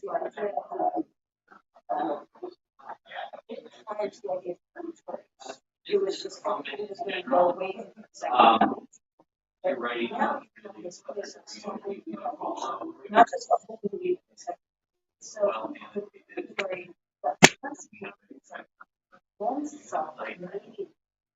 Just so you know, like it was great. and if you were a singer and you took on this sentence, damn soul, sure. So ever, but I got to do this certain and there are some scholars but most people not just and it's not pure students are and so some of those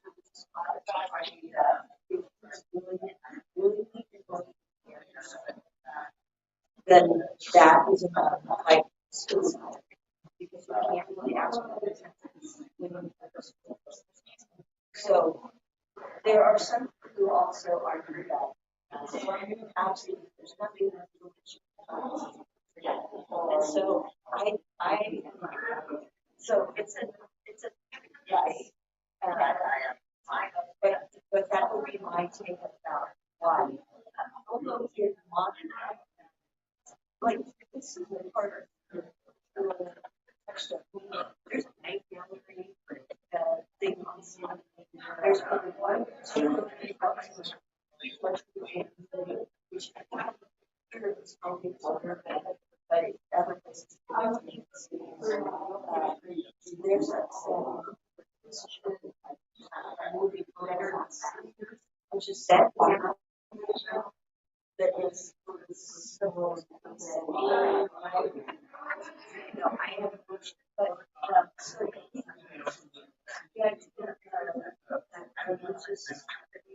there's so much.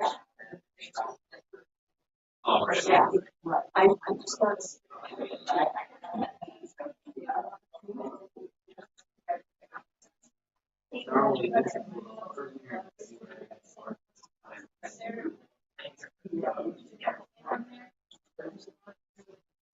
To me, I guess there's one week. Was it? Right.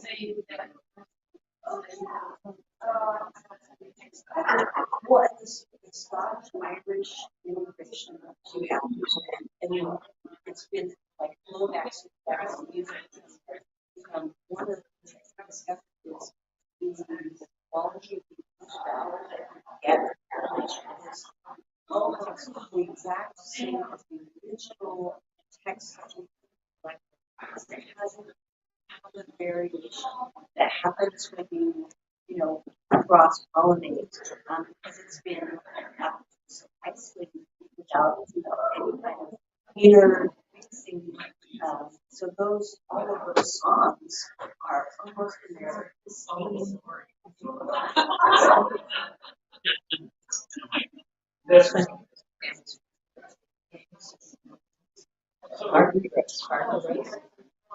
Their original words are connected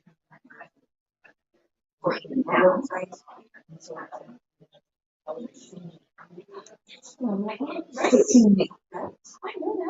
Well, you're not the same. You can look at the child balance and you can look at yes, it's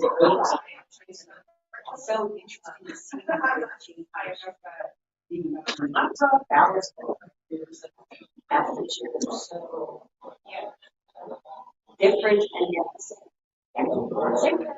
Yep. Prior throws, yada yada, but I mean, volleyball,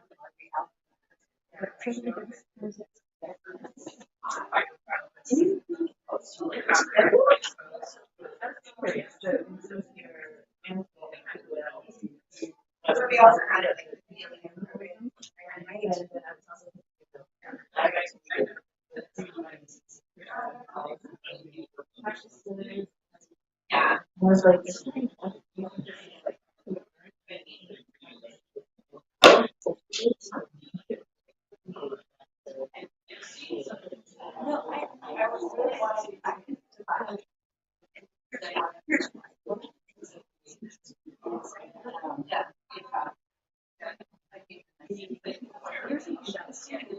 but there's also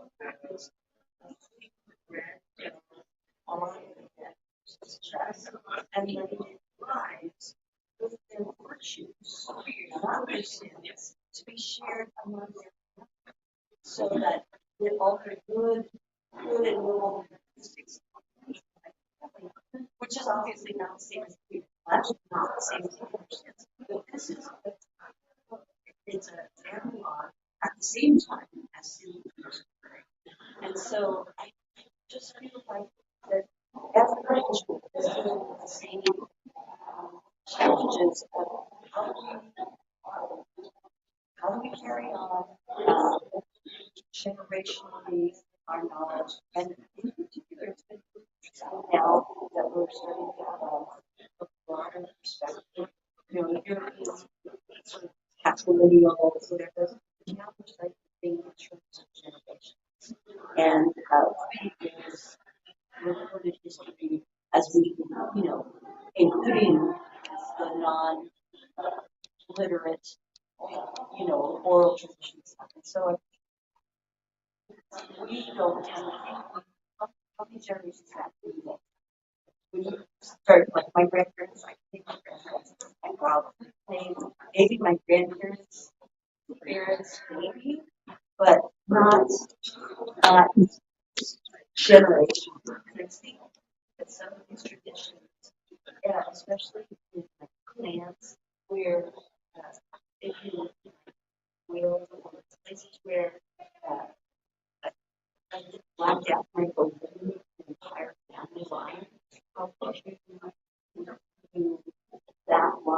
some way. So I think very really have to be impactful. So I don't know, but the end of family was have that connection to what the body goals, you know, from the brain, you know, soul, the focus, but also the so change is almost right. Well, and there's an average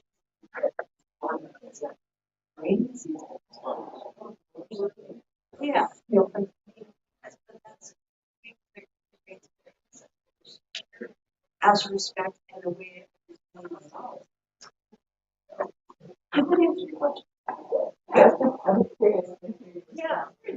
Yeah. I mean, it's interesting because there's the same question about, like, projects.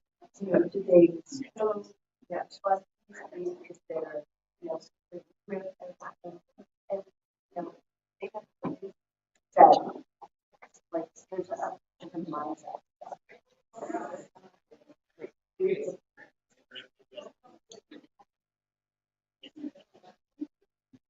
Of mindset.